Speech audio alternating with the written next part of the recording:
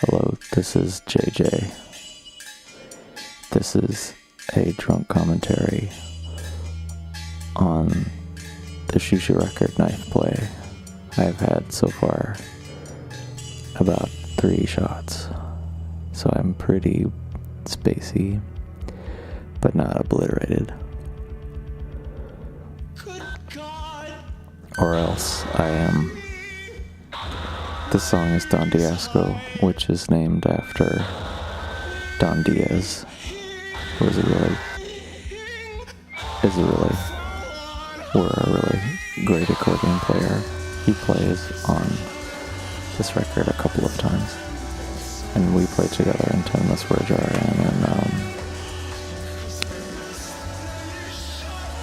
in Your Mom.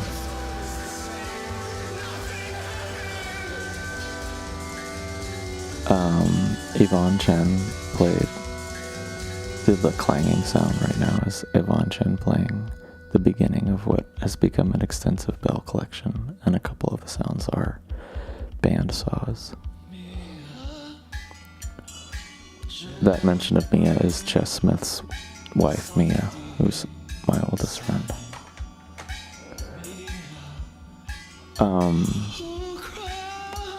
My dad told me that he liked some of the keyboard sounds in this.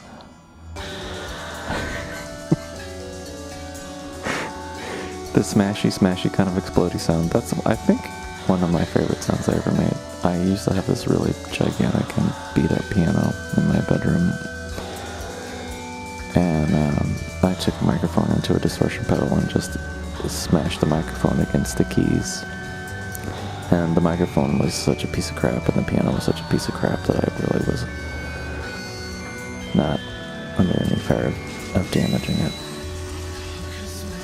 And having no fear of damaging something is probably a pretty healthy way to go about trying to make a good sound with it.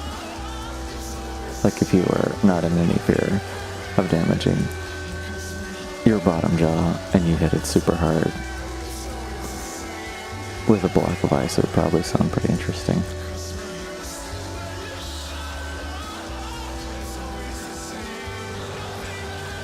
Or so I've heard.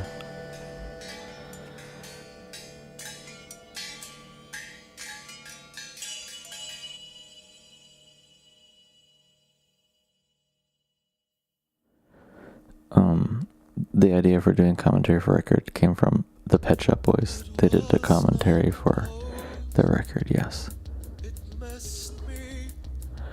This is I Broke Up. Duh. The title came from, I don't know who it was, but somebody thought that that's what a title of one of our songs was from another band that I used to play in before this, when I was maybe in high school, and I just thought it was a good title. A lot of people thought that Don't Fuck With Me was a sample, but it was just me freaking out. That keyboard melody was played by Yvonne Chen, and she told me at the time that she didn't feel like she should play this. She just said I should just go to play it because I knew how it went. But I thought it would be nice if she played it, and she did a nice job. That feedback is by Corey McCulloch, who is a master of feedback. We used to have feedback parties in the stupid house we used to live in. We would set up his big Leslie speaker and some other amps we had, and sit in front of the amps with usually an electric mandolin and a couple of different hollow body guitars, and try to make as much swirling feedback as possible. The roofing shingle part was, I had, when I was a little boy, a neighbor of mine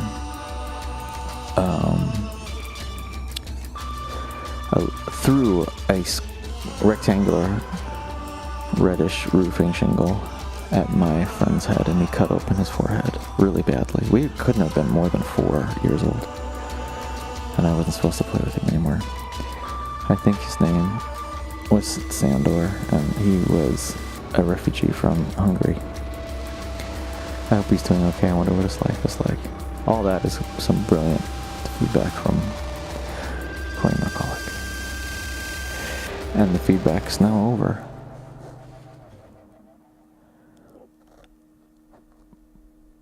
But the silence is not. Luber is the name of the song, and Luber is the name of a little boy who used to come into the record store that I worked at for a couple of years, on and off Streetlight Records in San Jose, a superb record store, not a bookstore. And he would buy Smashing Pumpkins records. He was an unusual kid. I hope he's doing okay. This was a long time ago, so he's probably not a kid anymore. Don Diaz did the horn arrangements for this. A good arranger, without a doubt. And I used to live in this horrible house that I'll talk about constantly during the course of this record, as it was where it was recorded. And there was a third wave ska band. Holy fuck. And the singer lived in the back room, and the horn players from his band played on this. Nice kids. They were really, really young. Teenagers at the time, maybe 19 at the oldest. It's kind of an unusual harmony, which I attribute to youth and experience. Their youth and Don Diaz's experience.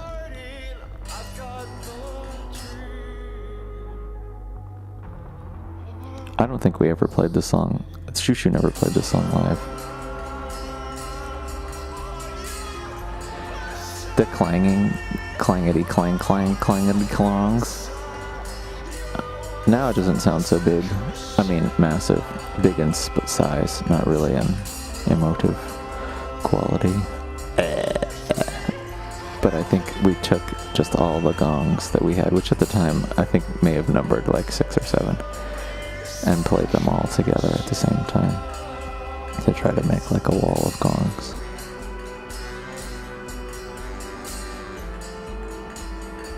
Oh, and Kurt Stumbaugh played on this as well, because you can hear really prominently baritone sax. He's a good musician. He underrates himself. I haven't talked to him in a long time. I hope he's doing okay. We used to be really close and good friends. I probably annoyed the shit out of him, though. I think, almost without a doubt, I was more callous with him than I should have been. But those are the breaks. For me. I hope he's doing good. I'll say it one more time. I hope he's doing glossy.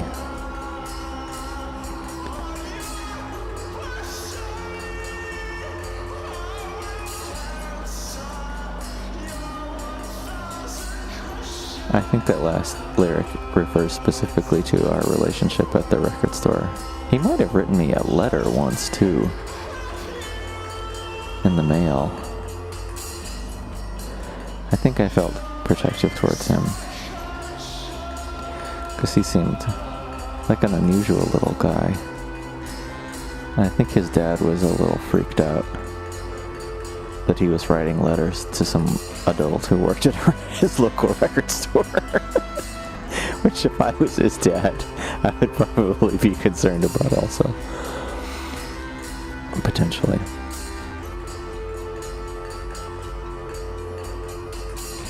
I think the keyboard sound is courtesy of the one distortion pedal we had at the time, which I think was an MXR little yellow guy, which I think I left in a bag in an airport parking lot in 2004. Goodbye.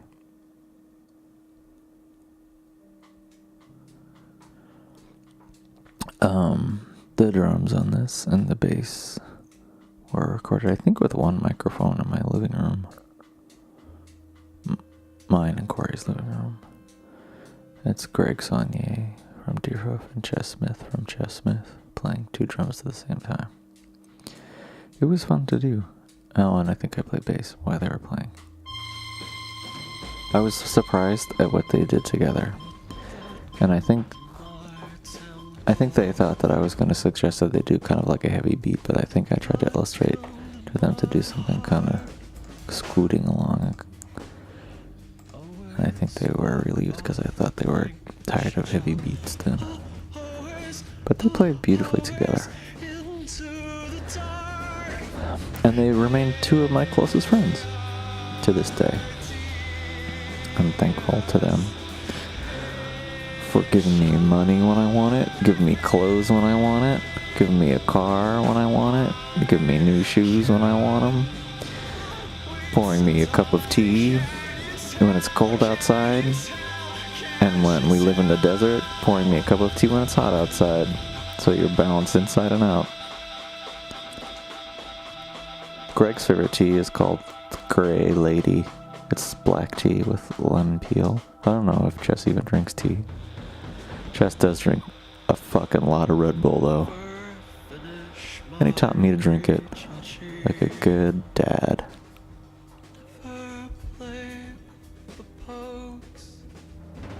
I think that this upcoming keyboard sound was made by putting one of those little cigarette pack amps, where it's a little tiny speaker and a pack of cigarettes, on top of a folding metal chair, and putting, I think, a quarter and a dime on top of the speaker, and putting a microphone right in front of it.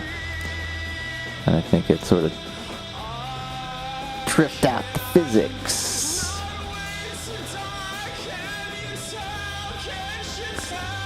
And there it is, resting in the clouds, wearing a sweater.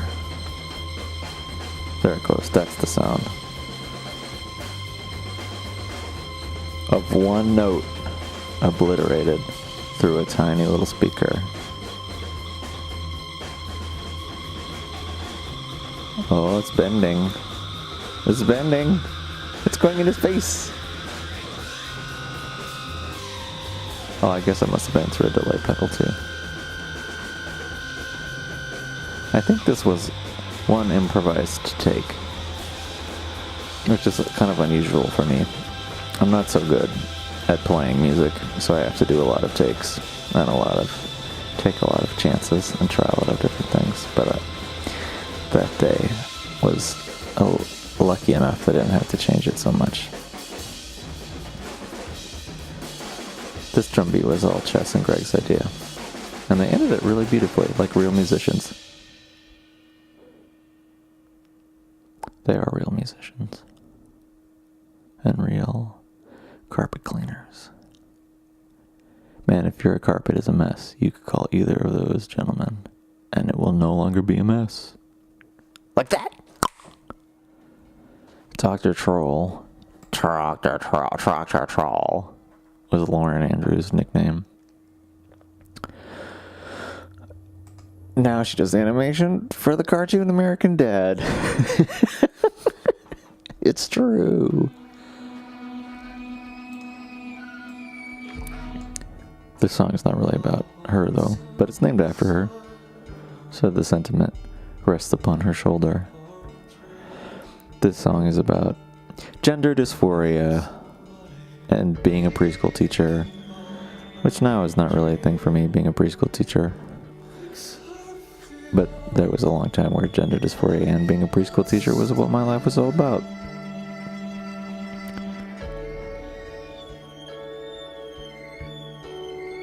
I don't know if that's a real piano or a fake piano.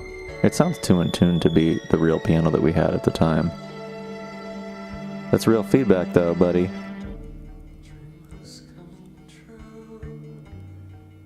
That clanging bell is from the first bell that I ever bought, which I still have. It's very dirty. I got in a big fight with Caroline McElroy in rehearsal once, because that was kind of what our thing was all about. And it was on a cymbal stand, and I pushed it over onto a concrete floor where we were rehearsing in a storage space in Everett, Washington, and it dented the side of the bell. And every time I look at that, I think of Caroline. I hope she's doing okay. I know I keep mentioning feedback, but Corey did a good job on this feedback. That's some masterful feeding back. Something I could never do. I haven't talked to him in a long time, but I hope he's doing good too.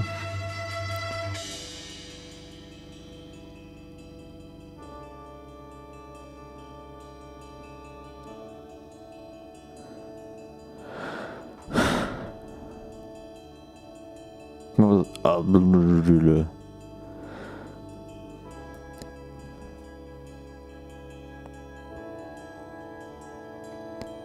Can I only talk over the singing? I guess so.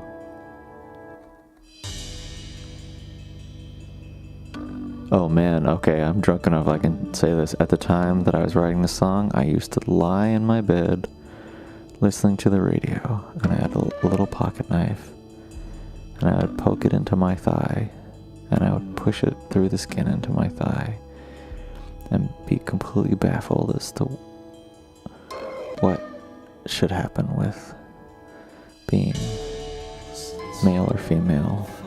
It was a drag. Everybody picked a different band they wanted in this part.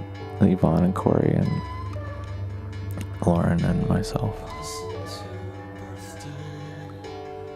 I think that was Corey's choice. Birthday being the Sugar Cube song. Their only good song. Sorry, it's true. That was Lauren's choice for, you know who Lady Day is. I don't need to tell you. Or do I? Too late. Nick Drake was Yvonne's choice. He wasn't so played out at the time. I guess he's not played out. I think people just played him too much. Jerks.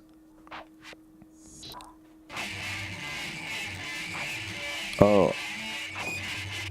This cello is played by someone who Yvonne Chen tried to set me up with. Neither of us were interested, but the cello playing is good.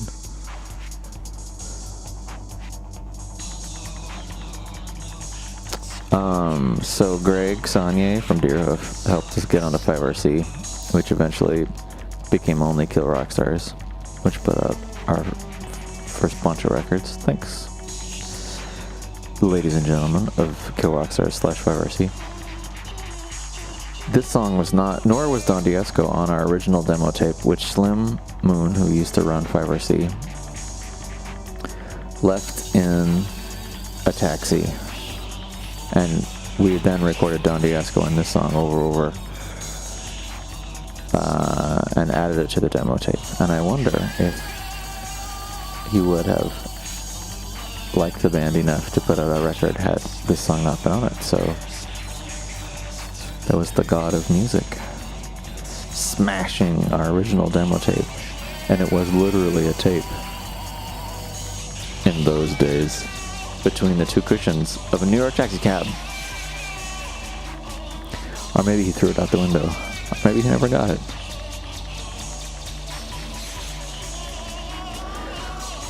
Speaking of Greg Saunier, who hangs over me like a specter I'm always trying to impress. He probably knows this, but I've learned a lot from him, so there's worse people to try and impress. This is just sort of a bunch of edits of different cello freakouts. Freaked outs. I'm freaking out, which you can only do in Belgium. Anyway, so the first time we ever practiced this song, Greg was at the rehearsal. I was embarrassed because I thought we played badly.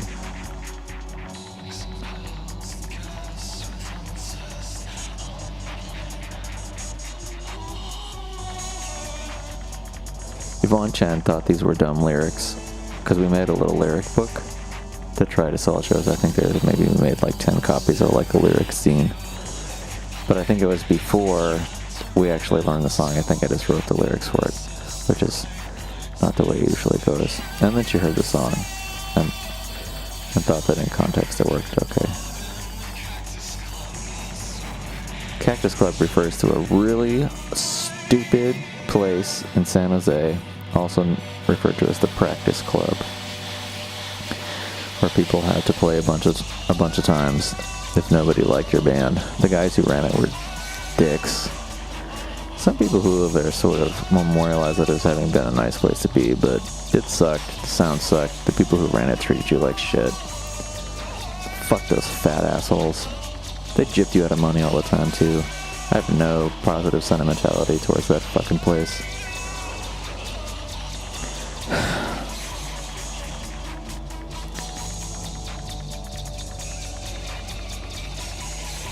They probably don't have any positive sentimentality towards any of the fucking stupid bands that I was in that played there, though, either.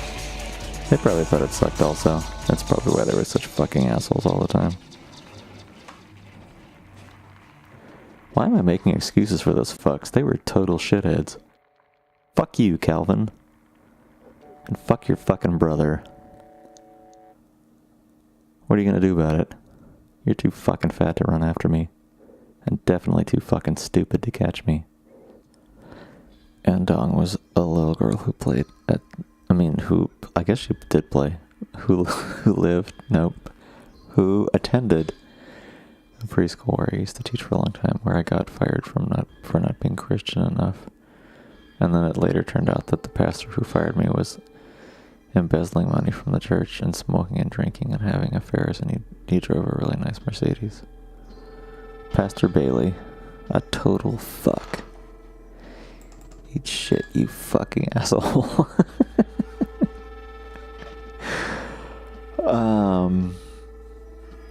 Anyway, Andong was an interesting child. She had humongous cheeks, was incredibly precocious.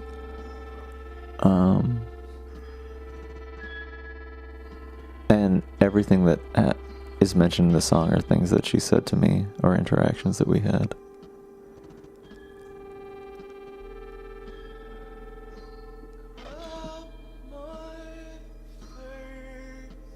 Oh yeah, she used to grab my cheeks really hard. That must be what this is about.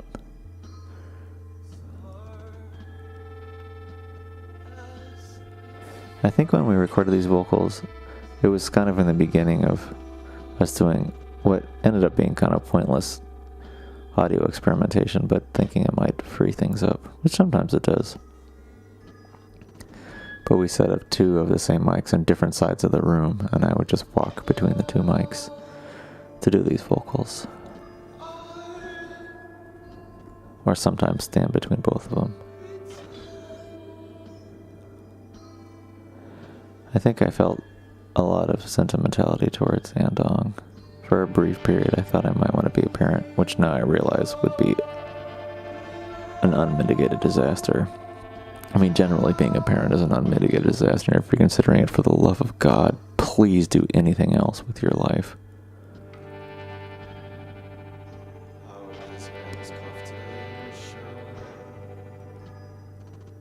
I think that hard pan has to do with the mic being pushed all the way in two different mics. Miss Cheryl was somebody who I used to teach with. She seemed really self-conscious all of the time. I can't remember if she was a good teacher or not. She had an unusual physical presence. Her face and her neck seemed to be without any separation whatsoever. And she always wore clothes that were like light blue and light beige and light yellow. A lot of really muted colors. And she had almost bright red skin and really flat stringy hair, like a lot of preschool teachers. That's Yvonne Chen playing trumpet, and she said she didn't know how to play the trumpet, and we were trying to be crazy and experimental. And she made some kind of squawking, fake free jazz sounds. But I thought she did a pretty good job. It seemed pretty musical. I think I played harmonium on this.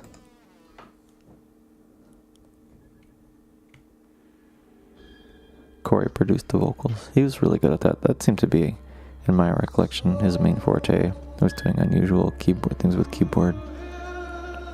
And really great at producing vocals. A gifted at it, could really bring out, kind of remove any hesitation in doing something. I really miss doing vocals with him.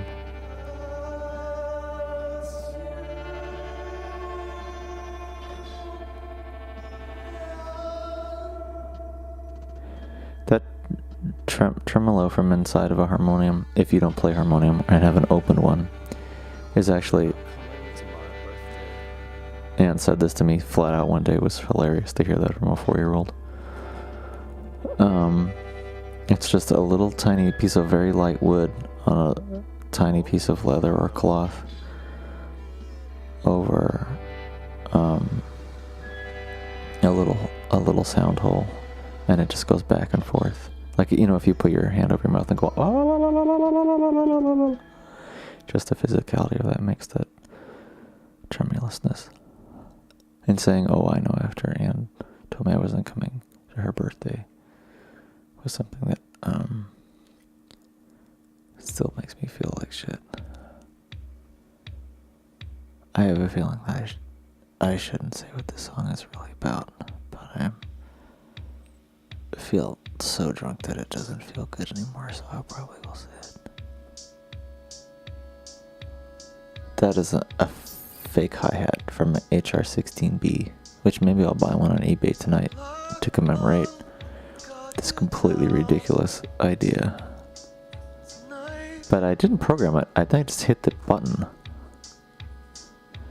I think I used to have really good time. Now I have crappy time. Oh, I would have to program it.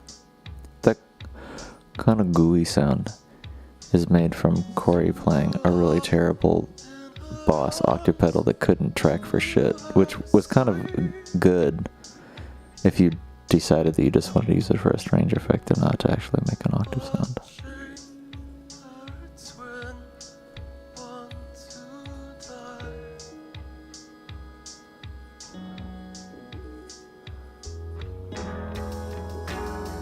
My dad played bass on this initially, but we didn't really like his bass part, so we erased it. I did keyboard bass part. It was a hard decision because I knew that he was gonna disappear soon. So that made me feel weird to make his part vanish. But you know, whatever. It's not my fault he vanished. Speaking of vanishing, okay, here it goes. So my mom told me that she wanted to die, so she drove to the Tenderloin and walked around and asked people to murder her for money as a way to kill herself. She felt like she couldn't kill herself by her own hand, but she tried to get people to murder her. I don't know why any parent would feel like that they should tell that to their child. Oh well. Anyway, luckily, I just poured myself another drink, thank Jesus Christ. If you know my mom, please don't tell her that I told you this. Luckily now we have a good relationship. It's a very different time in life. That little clappy sound, I had to convince the mastering engineer just to turn those two little claps up. Oh no, those two claps up. He didn't want to do it. His name was George Horn. He worked with the Beatles, and I think by the time he got around to our record, he was feeling pretty over it. Oh, holy cats. We mastered this record on 9/11. I drove to the mastering place, and there was no one on the freeway, and they had two giant screen TVs in the lounge of this big studio, and they were showing the towers melting. They were unsure if I was going to show up for the mastering session, but this was our first record, so there was nothing that's going to stop me. God, I forgot about that.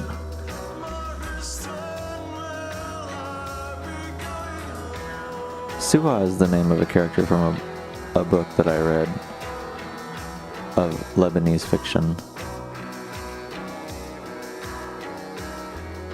Kurt Stumbar wrote this, he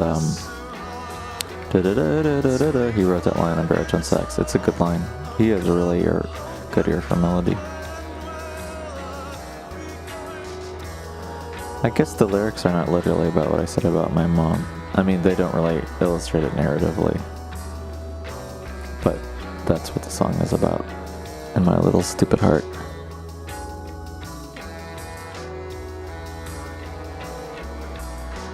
The kind of clunky guitar sound is from this guitar called the Ventura, which I gave to Yvonne Chan's boyfriend, Jeremy, which is a big kind of off-brand hollow body guitar, which I'd really love to get back now. It's just been so long, I don't feel like I can ask. The high sounds are from a melodica that belonged to Don Diaz, which I essentially stole, which I still have, and I'm looking at right now. Oh, I mean, you don't hear it now.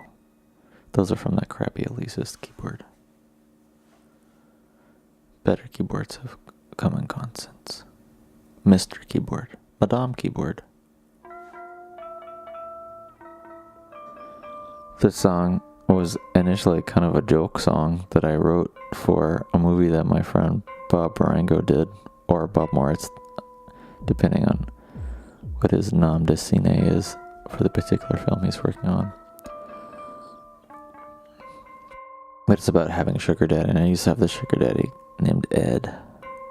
It was pretty brief, but Ed had a red Mercedes, and he had a bad back.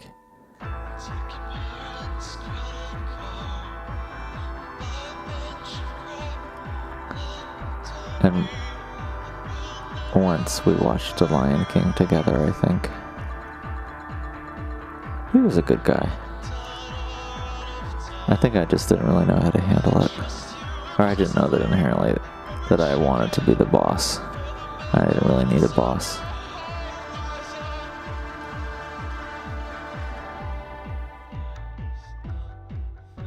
Corey on this is playing this. He had this big, one-of-a-kind, maybe 13 fret acoustic bass. It had a really particular and peculiar sound.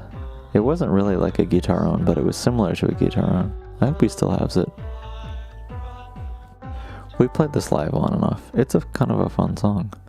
I feel like weird saying it's kind of a fun song, but it is kind of fun.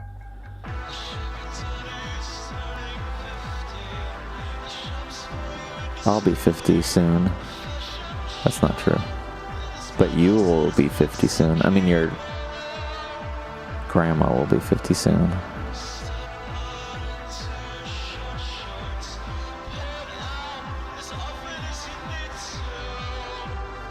You know, I wouldn't say that many Xiu Xiu songs consist of good advice, but putting out as often as you need to, I think is some pretty fucking good advice. Right? That's something that Caroline McElroy would say a lot to end a sentence when she was lit, or didn't know what the fuck she was talking about.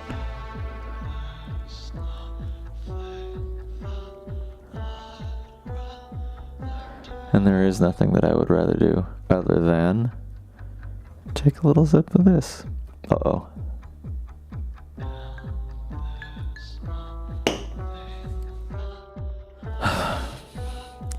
That was a 6-string banjo that Don Diaz gave to me. I don't know where it is anymore.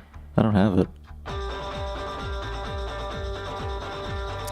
This is my fucking main guitar move, where I'll mute all the strings except for one string and just play it open, and the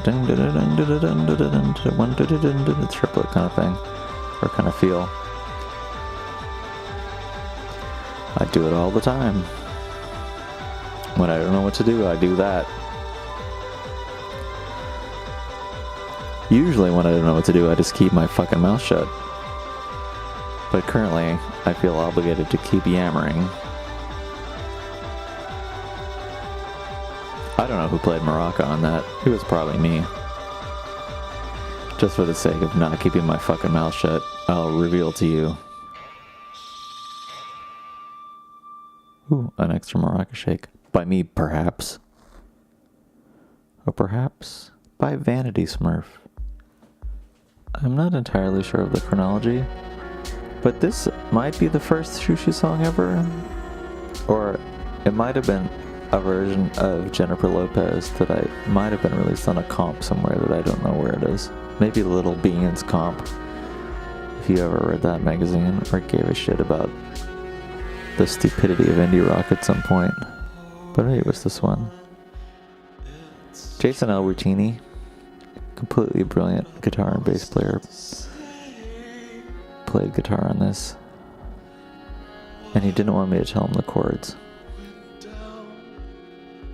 which was a relief. This might have been a song about having a crush on Yvonne Chen, or being in love with Yvonne Chen, or being good friends with Yvonne Chen, but I'm not totally certain. She came up with the title Homunculus.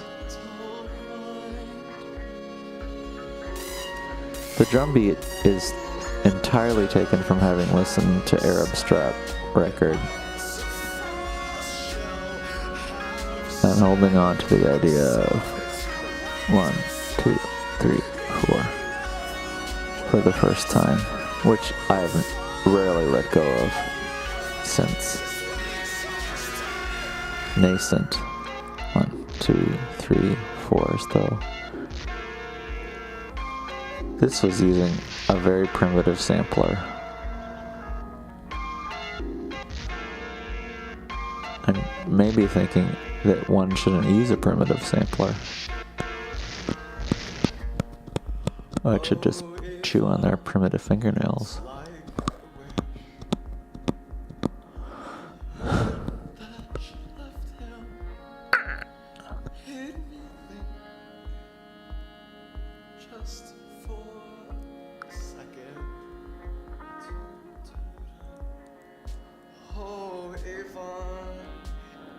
Maybe too much to drink.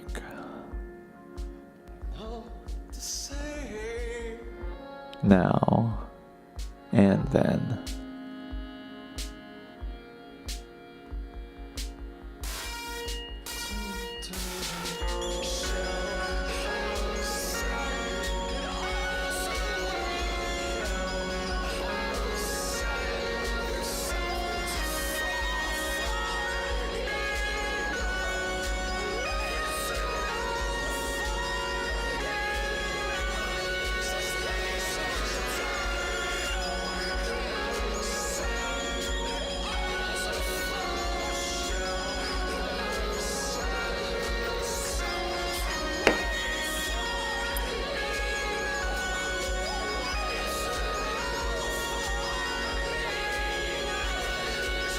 Okay, already.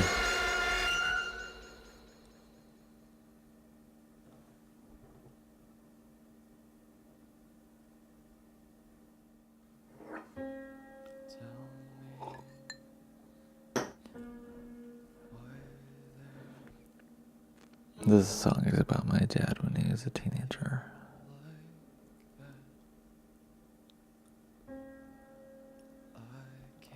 And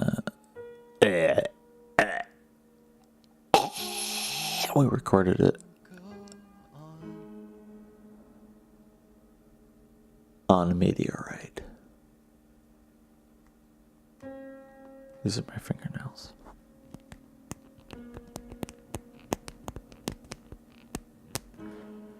We recorded it like driving back from a tour. On a long drive, we got back to the Xiu Xiu hovel at 6 in the morning and recorded it live with one microphone, with Lauren playing piano and Cookie Monster, Mr. Snuffleupagus, Big Bird, and Oscar the Grouch singing. It might have been one take, or it might have been 2 takes edited together. I can't remember. And Corey pressing play and saying thumbs up or thumbs down. My roommates must have thought we were complete shitheads for doing this while they were trying to sleep before they had to go and do real jobs. At the nursing home. I'm not sure where they worked. They were all assholes.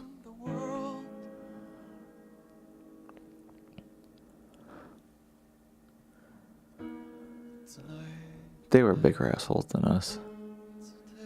Even though we were noisy, they were thieves. And they tried to kick us out.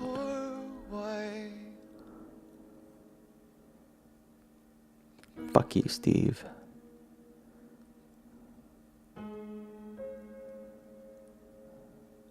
I hope you're dead.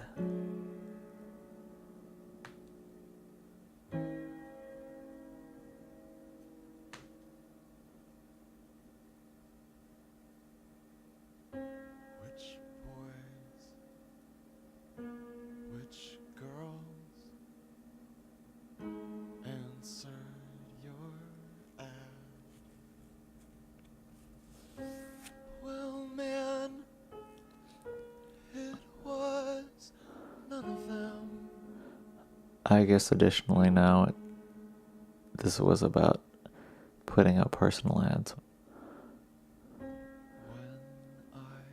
In addition to my dad when he was a teenager. I mean, the song being about my dad when he was a teenager.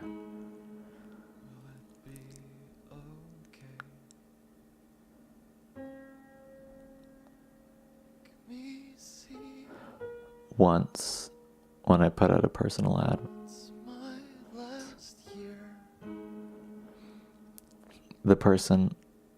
the one person who ever responded to my personal ad, eventually, and this was in 2002, when it was a rarity to have done this, emailed me a photo of themselves, and they were not attractive to me.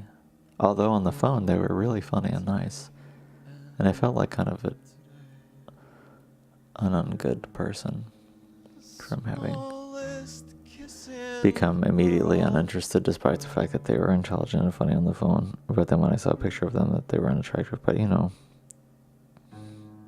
that's part of it too, I suppose. And then we had a date to meet, and I genuinely, not as a lie, was sick. I really was sick. And the person sent the photo and said, when are we getting together for a date? And then I said, oh, I'm sick. But I was sick. I really was. Because I was at least okay enough to post the photo, realize that I had to go on one date, post the photo even if they were unattractive. I couldn't be such a big jerk that on the big reveal of their physicality, their physical appearance, I mean, not their physicality, not their ability to lift a wagon off of their crushed mother-in-law on the Oregon Trail. But for real, I was sick. And I called them back. And I said, I can't go on the date. And then they said, who are you? As a defense mechanism, they pretended to forget who I was. Which is one of the smartest things that anyone has ever gifted me with. Is when someone blows you off and you know why they're blowing you off. Or you at least think you do. Just pretend you don't know who they are.